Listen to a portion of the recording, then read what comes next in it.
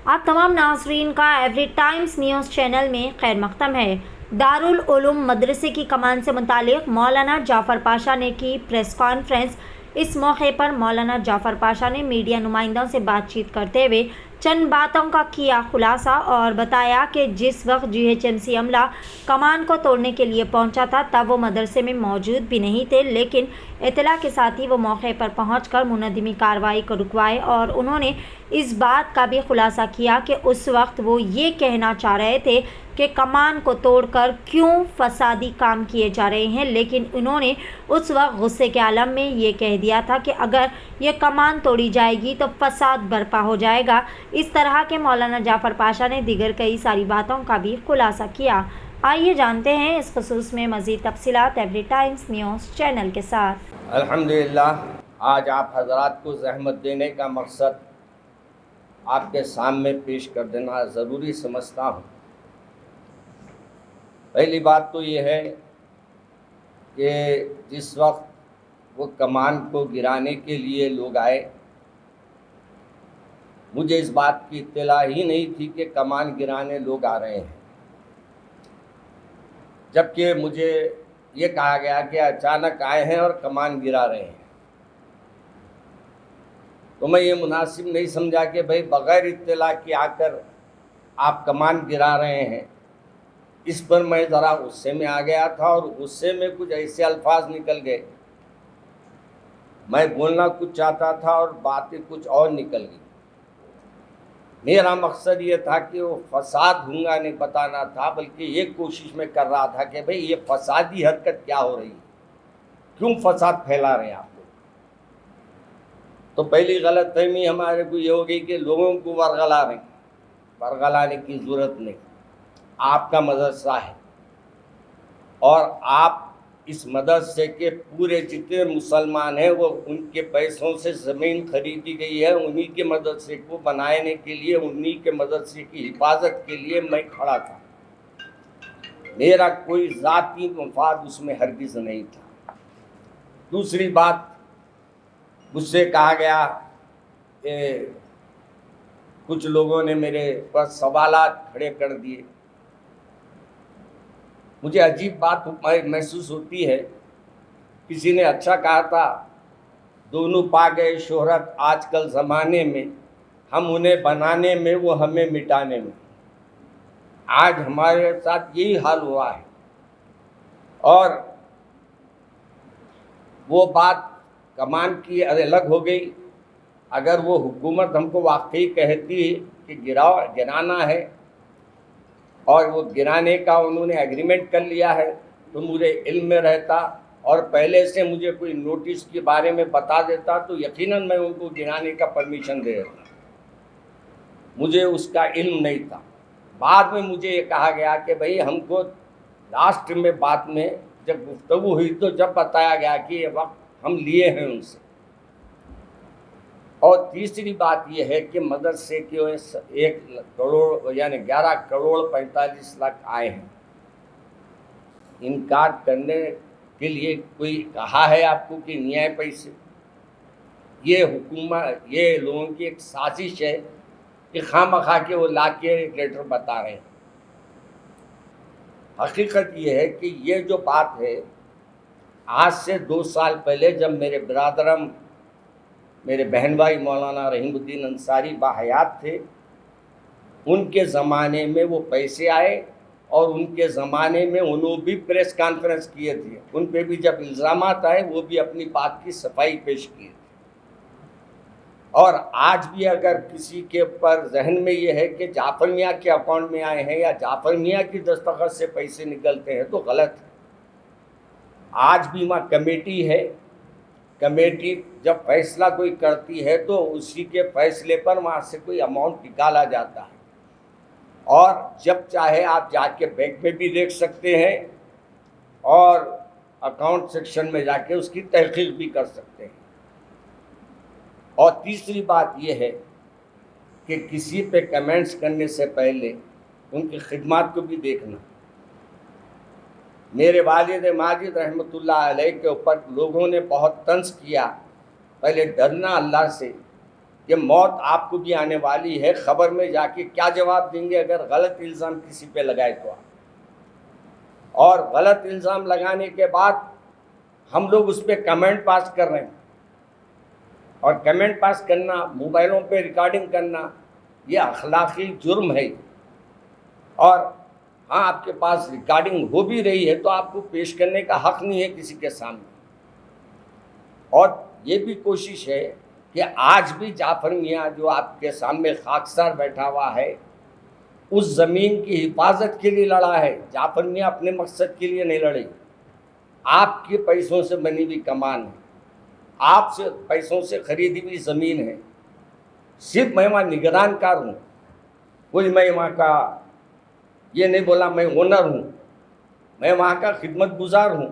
जैसे मेरे 11 committee 7 committee के अरकान हैं, उसमें एक मैं भी हूँ। और मेरा काम ये है कि आप लोगों की अमानत को जिस अंदाज से खर्चना चाहिए उसको समझ के, सोच समझ के खर्चे। और आपको ये भी बता दूँ, पीछे की ज़मीन जो है जहाँ हमारी बाउंड्री अभी उठी हुई नहीं है, वो आपकी जो अमानत रखी हुई है जो बैंक में है, वो अमानत से वहाँ मलकियाँ बनाना चाह रहे हैं। और वो बैंक से लेके, यानी पैसे जो हमारे बैंक में हम रखे हैं वही पैसों से हम मलकियाँ बनाएंगे। याद किया हूँ मैं कि कोई मुझसे आके कहा कि भाई मलकियाँ बनाने इनको दे दीजिए। मैंने कहा कि ऐसा नहीं, मैं टेंडर तलब करूँगा, टेंडर में जो सबसे कम लगाएंगा कीमत में उसको बोलूँगा कि भाई आप बनाइए। और जब मलकियाँ बन जाएंगे तो मैं मलकियों में भी ये करूँगा कि हर रात बाज़ाब्ता नोटिस लगाऊँगा, और नोटिस पे जो आके अपने ऑफ़र देंगे, जो अपनी मर्ज़ी से लेना चाहेंगे, जो भी उसकी सही किराया देंगे, उनको मैं ये मलकियाँ दूँगा। अब आपको कुछ सवालात मुझसे करना है तो आप कर सकते हैं। मौलाना, जिस वक्त बल्दिया आपसे एग्रीमेंट की थी, चेक दी थी, क्या उस वक्त आपको नहीं मालूम था? देखिए, सामान भी जा रही है और ज़मीन भी जा रही है। एक बात बता रहा हूँ मैं आपको, उस वक़्त पूरा के पूरा काम हमारे अंसारी भाई देखते थे। मगर नाम आपका ले रहे ना? नहीं, वो तो गलत बोल रहा ना मैं आपको। फिर आपको लगातार कंटिन्यू 6 महीने से पीछे पड़े हुए थे। नहीं, मेरे एक हफ्ते से तो आप मेरे को नहीं बोले, मदरसे में बोल रहे हैं वो लोग ये बता रहे हैं मदरसे में इत्तला करी, मदरसे वाले मुझे इत्तला नहीं करे, ये बता रहा हूँ मैं आपको।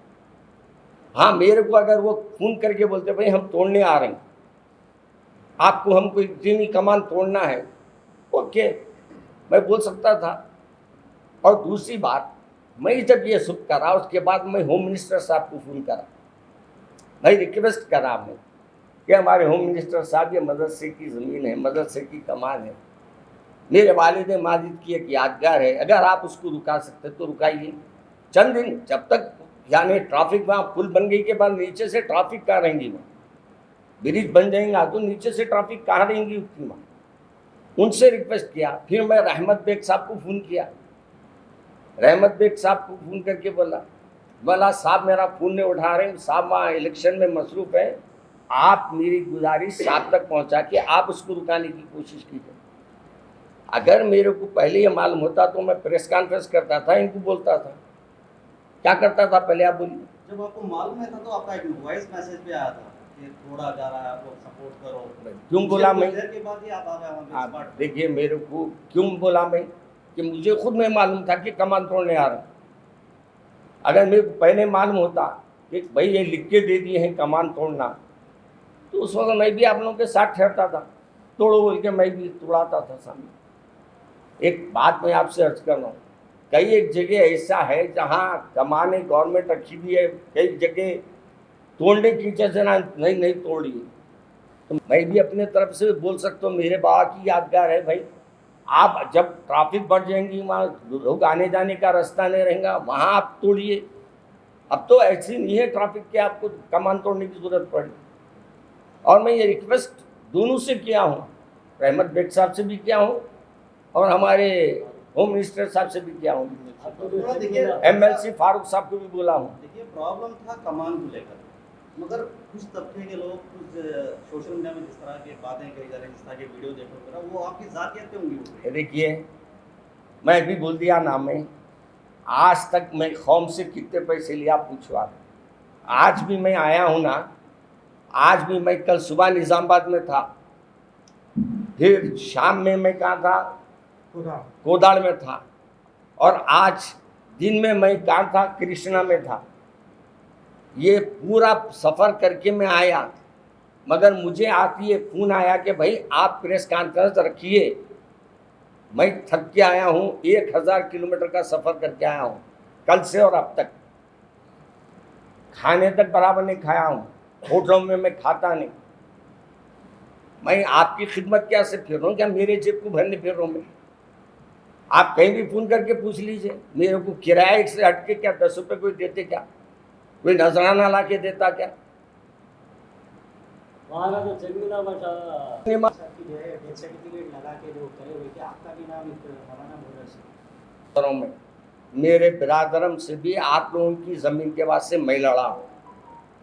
अगर वो आपको यकीन नहीं है तो आप जाके वो फाइल खोलिए, जिस वक्त चेक मिला था ना, उस वक़्त के जाके आप लोग पूरे अपने अपने रिकॉर्डिंग देखिए, आपको रिकॉर्डिंग में मिलेंगा इस ज़मीन के वास्ते मैं कितना लड़ा हूँ, इन पैसों की हिफाजत के वास्ते मैं कितना लड़ते रहता हूँ। क्यों? ये आपके पैसे नहीं है, मेरे पैसे नहीं है, मेरे को अल्लाह के पास जवाब देना है। और जितने लोग कमेंट्स कर रहे हैं मेरे बुजुर्गों पे कर रहे हैं, इस वास्ते मेरे को आज इस प्रेस कॉन्फ्रेंस रखना पड़ा। वो मौलाना आकिल अलैहि रहमा जो अपने 60 साल इस कौम को बनाने में लगाए, 60 साल ये मदरसे की ज़मीन, आप बोलो आज करोड़ों की ज़मीन है, मैं आपकी क्यों बोलता था? अगर मेरा मकसद अगर वो ज़मीन हड़पना रहता, मैं ये बोलता था उस वक्त ठहर के ये आपकी ज़मीन है बोल के। मैं ये बोलूँ, आज भी बोल रहा हूँ आपके सामने, ये आप लोगों की ज़मीन है, मेरी नहीं है।